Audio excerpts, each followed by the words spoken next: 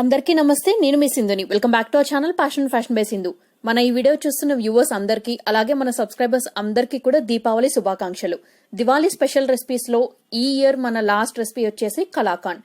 Usually kalakand ని మనం sweet shop లో చూసినప్పుడు చాలా టెంప్టింగ్ గా అనిపిస్తూ ఉంటుంది. చాలా కష్టమేమో అనుకుని ఎంతో డబ్బులు ఖర్చు పెట్టి కొనుక్కుంటాం. బట్ ఈసారి ఈ దీపావళికి మీ చేత్తో మీరే స్వయంగా ఈ కలాకాండ్ ని ప్రిపేర్ చేసి ఇంట్లో అందరి నోటిని తీపిచేయండి. సో లేట్ చేయకుండా రెసిపీ చూసేద్దాం. రెసిపీ ప్రిపరేషన్ కోసం ఫస్ట్ స్టవ్ మీద అడుగు మందంగా ఉన్న ఒక కడాయి కానీ ప్యాన్ కానీ పెట్టుకోండి.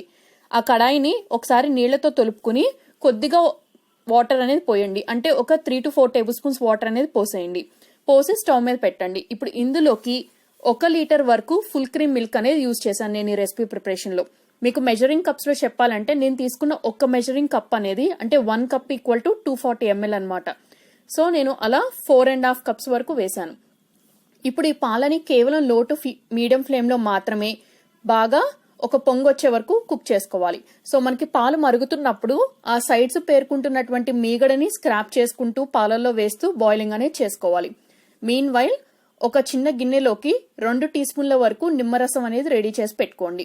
సో మనం ఇలా సైడ్స్ ఉన్న పేర్కొంటున్న మీగడని స్క్రాప్ చేసుకుంటూ పాలల్లో వేస్తూ పాలు క్వాంటిటీ అనేది ఆల్మోస్ట్ హాఫ్ వరకు రెడ్యూస్ అయ్యే వరకు కుక్ చేసుకోవాలి. ఫ్లేమ్ అనేది లో టు మీడియం అడ్జస్ట్ చేసుకుంటూ ఈ కుకింగ్ ప్రాసెస్ అనేది మనం కంటిన్యూ చేయాలి. మీరు ఎంత అడుగు మందంగా ఉన్న గిన్నె తీసుకున్నప్పటికీ కూడా ఆ సైడ్స్ పేర్కొంటున్న మీగడ అనేది స్క్రాప్ చేయకుండా పాలు అనేది స్టవ్ మీద పెట్టి అలాగే వదిలేస్తే అవి త్వరగా పొంగిపోతాయండి. సో మధ్య మధ్యలో స్క్రాపింగ్ చేసుకుంటూ మిక్స్ చేసుకుంటూ ఉండండి. సో వీడియో క్లిప్ లో చూపిస్తున్నట్టు పాలు అనేవి ఆల్మోస్ట్ హాఫ్ క్వాంటిటీకి రెడ్యూస్ అయిపోయిన తర్వాత ఇందాక 2 టీ స్పూన్స్ నిమ్మరసం చూపించాను కదా, అందులోకి 2 టీ స్పూన్స్ వాటర్ అనేది యాడ్ చేసి సో ఈ నిమ్మరసం వాటర్ కలిపిన మిశ్రమాన్ని పాలలోకి పోసేసేయండి.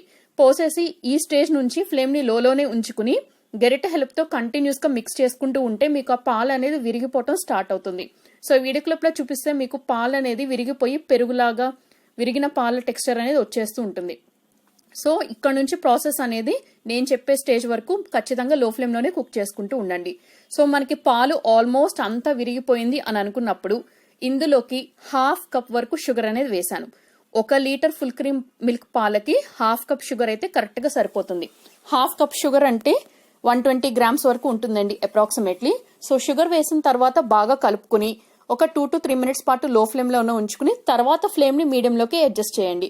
మనకి షుగర్ వేసిన తర్వాత ఈ మిశ్రమం అంతా కూడా కొంచెం లిక్విడ్ కన్సిస్టెన్సీలోకి చేంజ్ అవుతుంది. ఎందుకంటే షుగర్ అనేది మనకి ఆ పాల మిశ్రమంతో మెల్ట్ అయ్యి కొంచెం లిక్విడ్ గా టర్న్ అవుతుంది.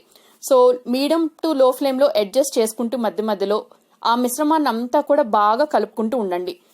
అది కుక్ అవుతున్నప్పుడే 1 టీ స్పూన్ వరకు యాలకుల పొడి కూడా వేసి బాగా కలుపుకోండి. సో ఇది కుక్ అవుతుండగా మీన్ వైల్ ఒక ప్లేట్ లోకి ఆరల్స్ ఏదన్నా స్క్వేర్ షేప్ మౌల్డ్ లోకి కొద్దిగా నేతితో గ్రీస్ చేసుకుని పక్కన రెడీగా ఉంచుకోండి. సో మనకి ఈ మిశ్రమం నుంచి వాటర్ కంటెంట్ అంతా కూడా ఎవాపరేట్ అయిపోవాలి. అంటే ఈ మిశ్రమం మొత్తం కూడా బాగా దగ్గరకు వచ్చేసేయాలి. సో ఆ స్టేజ్ వరకు మనం లో టు మీడియం ఫ్లేమ్ లో అడ్జస్ట్ చేసుకుంటూ కుక్ చేసుకోవాలి. మనకి ఆల్మోస్ట్ దగ్గర పడిపోయింది, ఇంకా ఫ్లేమ్ టర్న్ ఆఫ్ చేసేస్తాం కొద్దిసేపట్లో అనుకుంటుండగా 1 టీ స్పూన్ వరకు నెయ్యి అనేది వేసుకోండి. ఈ స్టేజ్ లో యాడ్ చేయడం వల్ల మనకి అది మంచి ఫ్లేవర్ అనేది ఉంటుందండి కలాకండ్ అనేది. సో చూస్తున్నారు కదా, పాన్ నుంచి ఇలా సెపరేట్ అయ్యే స్టేజ్ వరకు కుక్ చేసుకున్న తర్వాత ఫ్లేమ్ అనేది టర్న్ ఆఫ్ చేసి ఇమీడియట్ గా ఈ మిశ్రమం మొత్తాన్ని కూడా గ్రీస్ చేసి పెట్టుకున్నటువంటి ప్లేట్ లోకి ట్రాన్స్ఫర్ చేసి ఒక స్పూన్ ఆరల్స్ గరిటె హెల్ప్ తో అన్ని సైడ్స్ కార్నర్స్ కూడా యూనిఫామ్ గా వచ్చేటట్టు ఒకే లెవెల్లో ఉండేటట్టు సెట్ చేసుకోండి. మీరు ఏదైనా స్పూన్ కానీ గరిటె కానీ బ్యాక్ సైడ్ కొద్దిగా నెయ్యి అప్లై చేస్తే ఒక స్మూత్ సర్ఫేస్ లాగా వస్తుంది. ఇప్పుడు ఈ మిశ్రమాన్ని కంప్లీట్ గా చల్లారిపోయే వరకు వెయిట్ చేయండి. సో కంప్లీట్ గా చల్లారిపోయిన తర్వాత ఒక నైఫ్ హెల్ప్ తో ఎడ్జెస్ అంతా కూడా స్క్రాపింగ్ అనేది చేసి ఈ మిశ్రమం కనుక మీకు బాగా గట్టి పడిపోయి ప్లేట్ నుంచి రావట్లేదు అని అనుకుంటే స్టవ్ మీద ఒక 5 to 6 సెకండ్స్ పాటు హీట్ చేసుకోండి. లేదు పర్వాలేదు కట్ చేసుకోవడానికి వీలుగా ఉందంటే డైరెక్ట్ గా మీరు మీకు కావాల్సిన సైజ్ అండ్ షేప్ లో పీసెస్ అనేవి కట్ చేసుకోండి. ఇలా కట్ చేసుకున్న వీటి మీదకి ఆల్మండ్స్ అంటే బాదం పప్పు, పిస్తా పప్పుతో గార్నిషింగ్ అనేది చేసుకోవచ్చు. ఈ గార్నిషింగ్ అనేది ఎనీహౌ కంప్లీట్లీ ఆప్షనల్. సో ఇలా స్టెప్ బై స్టెప్ పక్కాగా చేసుకుంటే స్వీట్ షాప్ స్టైల్లో దొరికే కలాకండ్ రెసిపీని మీరే ఇంట్లో రీక్రియేట్ చేయొచ్చండి. సో పక్కాగా కొలతలతో పక్కా టిప్స్ తో చెప్పాను కదా. సో తప్పకుండా ఈ రెసిపీని మీరు అందరూ ఈ దీపావళికి ట్రై చేసి ఇంటిల్లిపాది అందరూ ఎంజాయ్ చేయాలని నేను మనస్ఫూర్తిగా కోరుకుంటున్నాను. So do try this recipe and do share feedback in my comment section. Recipe నచ్చితే వీడియోకి ఒక లైక్ ఇవ్వండి, ఫ్రెండ్స్ అండ్ రిలేటివ్స్ కి షేర్ చేయండి. ఛానల్ ని ఫస్ట్ టైం విజిట్ చేస్తే సబ్స్క్రైబ్ చేసుకోండి. పక్కనే ఉన్న బెల్ ఐకాన్ యాక్టివేట్ చేసుకుని ఆల్ అనే ఆప్షన్ ని సెలెక్ట్ చేసుకోవడం అస్సలు మర్చిపోద్దు. ఇవి పీసెస్ లాగా కట్ చేసిన తర్వాత మీకు ఎడ్జెస్ ఏమైనా అన్ఈవెన్ గా అనిపిస్తే ఒకసారి చేత్తో మీరు అలా సెట్ చేసేసుకుంటే మీకు అది సెట్ అయిపోతుందండి. సో మనం తీసుకున్న 1 లీటర్ ఫుల్ క్రీమ్ మిల్క్ పాలకి చూసారు కదా మనకి ఇన్ని పీసెస్ అయితే వచ్చాయి. సో మీరు ప్రిపేర్ చేయాలనుకున్న క్వాంటిటీకి తగినట్టు నేను చెప్పిన ఇంగ్రీడియంట్స్ రేషియో వేరీ చేసుకోండి.